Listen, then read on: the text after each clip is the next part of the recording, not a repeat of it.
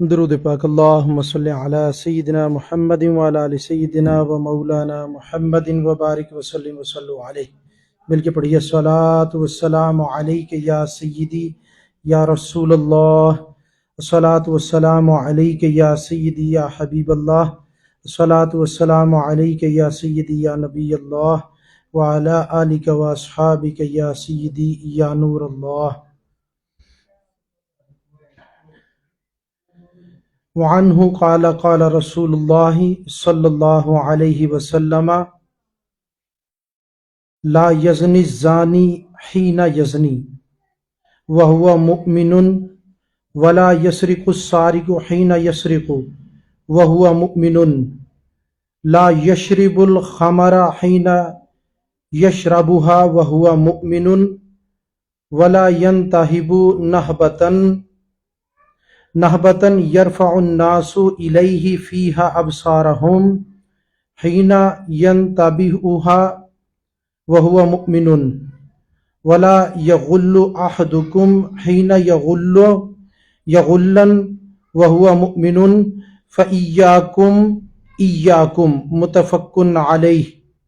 وفی روایت ابن عباس ولا یقتل حین یقتل وہو مؤمن. قال اکرمۃ قلت لابن عباس کیف ینزع الایمان منہ قال ہکذا وشبک بین اصابعہ ثم اخرجها فان تاب عاد الیہ ہکذا وشبک بین اصابعہ.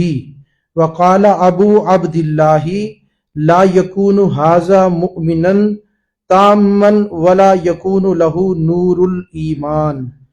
ھذا لفظ البخاری. روایت ہے، فرمایا رسول اللہ صلی اللہ علیہ وسلم نے، ایسا نہیں ہوتا کہ زنا کرنے کی حالت میں زنا کرنے والا مومن ہو، اور نہ یہ کہ چوری کرنے کی حالت میں مومن ہو. اور ارشاد فرمایا کہ اور نہ شرابی شراب پینے کی حالت میں مومن، اور نہ ہی ڈاکو ڈکیتی کرنے کی حالت میں مومن ہو کہ لوگ اپنے مال کو ترستی نگاہ اٹھا کر دیکھتے رہ جائیں، اور نہ یہ کہ خائن خیانت کرنے کی حالت میں مومن ہو. لہٰذا ان سے بچو. بخاری مسلم متفق علیہ یہ روایت تھی. اور حضرت ابن عباس رضی اللہ تعالیٰ عنہ کی روایت میں یہ ہے کہ ایسا نہیں ہوتا کہ قاتل قتل کرنے کی حالت میں مومن ہو. حضرت اکرمہ فرماتے ہیں، میں نے ابن عباس سے پوچھا کہ ایمان کیوں کر نکل جاتا ہے، یعنی یہ گناہ کرتے وقت جتنے بھی گناہ ذکر ہوئے. تو آپ نے فرمایا ایسے، اور اپنی انگلیوں کو انگلیوں میں گتھی کر دیا، یعنی انگلیوں کو انگلیوں میں پھنسا دیا، پھر انگلیوں کو انگلیوں سے نکالا کہ اگر توبہ کرے تو ایمان اس طرح واپس لوٹ آتا ہے. پھر انگلیاں آپس میں گتھی کر دیں. ابو عبداللہ فرماتے ہیں کہ لوگ مومن نہیں رہتے اور نہ ان میں نور ایمانی رہتا ہے. یہ بخاری کے الفاظ ہیں. ہم نے اس طویل روایت کو تلاوت کیا جس میں گناہوں کا ذکر ہے اور کبائر کا ذکر ہے. آپ کو معلوم ہے کہ ہم باب الکبائر و علامات النفاق پڑھ رہے ہیں. اب اس روایت میں جو آقا علیہ الصلوۃ والسلام نے فرمایا کہ زنا کرنے والا زنا کرنے کی حالت میں مومن نہیں رہتا، چوری کرنے کی حالت میں مومن نہیں رہتا، اور شرابی شراب پینے کی حالت میں مومن نہیں رہتا، اور ڈاکو ڈکیتی کرنے کی حالت میں مومن نہیں رہتا. تو اس کو سمجھنے کی ضرورت ہے.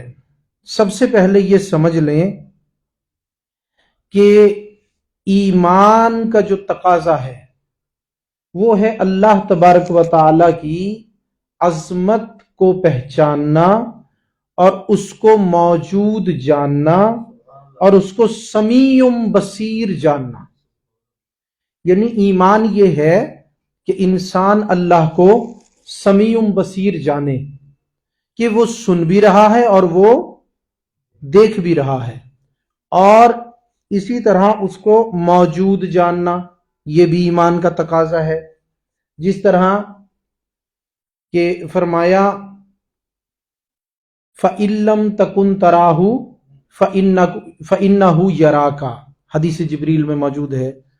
لہذا ایمان کا تقاضا ہے کہ اللہ کو موجود جانا جائے اور یہ جان لیا جائے کہ وہ ہمیں ہر حالت میں دیکھ رہا ہے. تو جب انسان کو یہ یقین کامل ہو کہ اللہ مجھے دیکھ رہا ہے اور یہ یقین اس کے سینے میں اپنے پورے عروج پر ہو، تو وہ کس طرح سے زنا کرے گا، کس طرح سے چوری کرے گا، کس طرح سے ڈکیتی کرے گا، لوٹ مار کرے گا، اور کس طرح سے شراب پیے گا. اسی حدیث کے تحت میں کہوں ہر گناہ وہ کیسے کرے گا جبکہ اسے معلوم ہے کہ میرا رب دیکھ رہا ہے، موجود ہے، سننے والا بھی ہے اور دیکھنے والا بھی ہے. جب یہ یقین عروج پر ہو تو گناہ نہیں ہو سکتا. تو آقا علیہ الصلوۃ والسلام نے جو یہ فرمایا کہ یہ سارے گناہ کرتے وقت جو گناہ کرنے والا ہے وہ مومن نہیں رہتا، یعنی جو روایت پاک ہے فرمایا لا یزنی الزانی حین یزنی وہو مؤمن ولا یسرق السارق حین یسرق وہو مؤمن. فرمایا کہ ایک ہی چیز ہوگی، اگر میں اس کا لفظی ترجمہ کروں، یعنی کہ جب انسان مومن ہے تو وہ چوری نہیں کر سکتا، زنا نہیں کر سکتا، کوئی گناہ نہیں کر سکتا. لیکن ایسا کیسے ممکن ہے کہ وہ مومن بھی ہو اور یہ گناہ بھی کر رہا ہو؟ لہذا جس وقت وہ گناہ کرتا ہے تو اس سے ایمان کا کمال اٹھ جاتا ہے، جس کو ہم کہتے ہیں، مولا علی کی روایت میں بھی ہے فرمایا جب شرابی شراب پیتا ہے تو اس کا ایمان اس کے سینے سے نکل کر اس کے سر پر سایہ فگن ہو جاتا ہے، اور اگر توبہ کرے تو لوٹ آتا ہے، اور اگر توبہ نہ کرے تو وہ بادل کے سائے کی طرح کھڑا رہتا ہے. تو اس بات کا یہ مطلب نہیں کہ وہ بالکل ہی ایمان کی حقیقت سے خالی ہو جاتا ہے یا انسان یہ گناہ کرنے سے کافر ہو جاتا ہے. ہیں کبائر گناہ، بہت بڑے گناہ ہیں، لیکن انسان یہ گناہ کرنے سے کافر نہیں ہوتا، صرف گناہگار ہوتا ہے، گناہ کبیرہ کا مرتکب ہوتا ہے لیکن کافر نہیں ہوتا. کافر ہونے کے لیے تو آپ کو پتہ ہے نا کہ شرک و کفر کرنے سے انسان مرتد و کافر ہوتا ہے. اب چونکہ زنا، چوری، ڈاکہ اور شراب یہ کبائر گناہ تو بے شک ہیں، لیکن یہ ان سے کفر لازم نہیں آتا. لہذا سب سے پہلی بات تو یہ ہے کہ اگر دین کا ایک مسئلہ بیان کر دوں کہ زانی اگر دوران زنا بھی فوت ہو گیا یا قتل ہو گیا یا مارا گیا، اسی طرح چور چوری کی حالت میں ہی مارا گیا، اسی طرح شراب پینے والا شراب پیتے ہوئے فوت ہو گیا یا مارا گیا، اسی طرح ڈکیتی کرنے والا، لوٹ مار کرنے والا لوٹ مار کرتے ہوئے ہی اور اگرچہ اسی حالت کے دوران بھی قتل ہو گیا یا مارا گیا یا مر گیا قضائے الہی سے. تو شریعت کا مسئلہ یہ ہے کہ ہم ان کا جنازہ پڑھیں گے، ہم ان کا جنازہ پڑھیں گے. اسی طرح سے خودکشی اگر کسی نے کی تو اس کا بھی جنازہ پڑھا جائے گا. تو اب یہاں پر یہ سمجھ لیں کہ اگر مسلمان نہیں رہا تھا تو جنازہ کیوں پڑھا گیا؟ کیونکہ جنازہ تو مسلمان کا پڑھا جاتا ہے.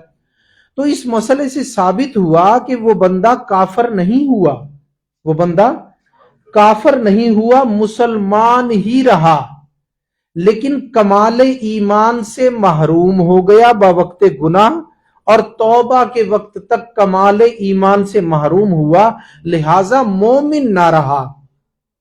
بات آپ سمجھ لی آپ نے؟ یعنی مسلمان، وہ تو خیر بہت ساری تفصیل ہے، میں آپ کو پہلے بھی بتا چکا ہوں، اس طرف میں نہیں جاؤں گا، مسلمان کون ہے، مومن کون ہے۔ اس حدیث کے تحت اگر اس پہ میں تھوڑا سا گفتگو کر لوں تو وہ یہ ہے کہ مسلمان وہ ہے جس نے کلمہ پڑھ لیا، اقرار کر لیا، لیکن مومن وہ ہے جس نے اس اقرار کے ساتھ ساتھ، اس تصدیق کے ساتھ ساتھ اللہ کو موجود بھی جانا، اسے دیکھنے والا سننے والا بھی جانا، اور یہ بھی جان لیا کہ میں جو کچھ بھی کرتا ہوں اگرچہ چھپ کر بھی کروں تو وہ رب کی ذات سے پوشیدہ نہیں ہے۔ اس یقین والے کو مومن کہتے ہیں۔ میں نے کہا تفاصیل تو اور بھی بہت ہیں، لیکن اس یقین والے کو، جسے کم از کم اتنا یقین ہو، اسے مومن کہتے ہیں۔ لہذا اس یقین کا جو کمال تھا، وہ جس وقت گناہ کرتا ہے تو وہ کمال اس سے جاتا رہا، وہ کمال اس سے جاتا رہا، کیونکہ اگر وہ کمال اپنے، وہ ایمان کا کمال اپنے عروج پر رہتا تو ممکن نہیں تھا کہ وہ گناہ کر سکتا۔ لہذا ایک ہی بات ہے، یا تو وہ گناہ کر رہا ہے یا وہ اس وقت مومن ہے۔ بات سمجھ میں آئی؟ یعنی ایک وقت ہے نا، یا تو وہ اس میں گناہ کا مرتکب ہوگا یا اس میں مومن ہوگا، ایک ہی کام ہوگا۔ اگر گناہ کا ارتکاب کر رہا ہے تو مسلمان ضرور ہے، مومن نہیں، تو اس لیے لفظ مومن فرمایا، مسلمان نہ فرمایا، لفظ مومن فرمایا اور مسلمان نہ فرمایا۔ اسی لیے ترجمہ کرنے والے جو حضرت نعیمی رحمت اللہ علیہ ہیں، مفتی احمد یار نعیمی نے بھی اس کا ترجمہ مومن ہی کیا، مسلمان نہیں کیا۔ اور اگر میں ثبوت اپنے پاس سے بھی پیش کروں کہ ایسا گناہ کرنے والا مومن تو نہیں رہتا لیکن مسلمان رہتا ہے، تو وہ ثبوت کیا ہے؟ ایک حدیث پاک ہم پڑھ آئے ہیں، کیونکہ شرط ہے کہ انسان جس نے لا الہ الا اللہ کا، یعنی جو مسلمان ہے، وہ بالآخر اگرچہ یا ڈائریکٹ جائے یا گناہوں کی سزا بھگت کر جہنم سے بالآخر جنت میں جائے گا، معلوم ہے نا آپ کو۔ تو آقا علیہ الصلوۃ والسلام نے حضرت ابو ذر رضی اللہ عنہ کی روایت آپ لوگوں کو میں نے درس میں پہلے سنا چکا ہوں، تو انہوں نے عرض کیا کہ وَإِن زَنَا وَإِن سَرَقَ، لفظ یاد ہے آپ کو؟ کسی کو ذرا ہاتھ اٹھائے، کس کو یاد ہے؟ سنا تھا؟ آپ تو بعد میں آئے نا، انہوں نے پہلے سنا تھا۔ یہ درس میں جب ہم دے رہے ہیں نا، 18 ماہ سے اوپر ہو چکے ہیں، اس میں غالباً ہم نے کوئی اب سے 4 یا 5 ماہ پہلے یا 6 ماہ پہلے یہ روایت پاک پڑھی تھی کہ وَإِن زَنَا وَإِن سَرَقَ۔ حضرت ابی ذر نے عرض کیا کہ حضور وہ مسلمان ہی ہے، وَإِن زَنَا وَإِن سَرَقَ، اگرچہ زنا کرے اور چوری کرے، تو قالا فرمایا حضور نے وَإِن زَنَا وَإِن سَرَقَ، اس کے باوجود وہ مسلمان ہے چاہے وہ زنا کرے یا چوری کرے۔ تو اب مسلمان تو ہے، لیکن کمال ایمان جس کو کہا جاتا ہے کہ انسان مومن ہو گیا، تو وہ کمال اس سے نکل جاتا ہے، اس سے کمال نکل جاتا ہے، حقیقت ایمان قائم رہتی ہے۔ کمال اور حقیقت میں فرق ہے۔ یوں سمجھ لیں حقیقت ایمان ہے اصل ایمان، اگر حقیقت نکلی تو یوں سمجھ لیں نا حقیقت میں ہی ایمان نکل گیا، حقیقت نکلی تو حقیقت میں ہی ایمان نکل گیا، پھر تو بندہ کافر ہی ہو گیا نا۔ لیکن کافر اس وجہ سے وہ نہیں ہوا کہ حقیقت ایمان کی اب بھی ان گناہوں کے باوجود سینے میں موجود ہے، ہاں ایمان کا کمال نکل گیا، مسلمان تو رہا، مومن کے درجے سے گر گیا۔ بات آپ سمجھے؟ مومن کے درجے سے گر گیا۔ تو اب یہ جو گناہ ہیں، یعنی انسان مومن کے درجے سے گر گیا۔ اب ان گناہوں پر بھی تھوڑی بات کر لیتے ہیں۔ سب سے پہلے زنا جو ہے، یہ ایک ایسا گناہ ہے جو اسی طرح سے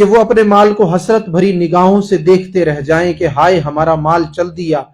ڈکیتی میں 3 جرم ہوئے، ڈکیتی میں 3 جرم ہوئے: غیر کے مال پر ناجائز قبضہ، کیونکہ سرقہ بل جبر ہے نا، چوری سینہ زوری کے ساتھ ہے، تو اب اس پر مال پر قبضہ کیا تو فرمایا غیر کے مال پر ناجائز قبضہ، یہ ایک گناہ ہوا۔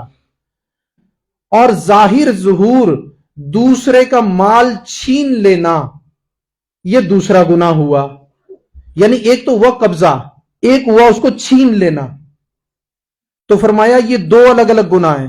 اور پھر تیسرا گناہ جو ہے وہ دل کی سختی کا ہے، کہ دل کو اتنا سخت کر لیا کہ لوگوں کی حسرت، وہ ترستی ہوئی نگاہ سے دیکھنا، پھر ان کی آہو بکا، عورتوں کا رونا اور مردوں کا جو ہے ان کو کہنا کہ اللہ کے واسطے رحم کرو، اللہ کے واسطے ترس کرو، تو یہ کہنا اور اس کا ترس نہ کھانا، یہ تیسرا گناہ ہے، دل کی سختی، یہ تیسرا گناہ ہے۔ فرمایا لہذا یہ گناہوں کا مجموعہ ہوئی، گناہوں کا مجموعہ ہوئی۔ اب آپ سے میرا سوال یہ ہے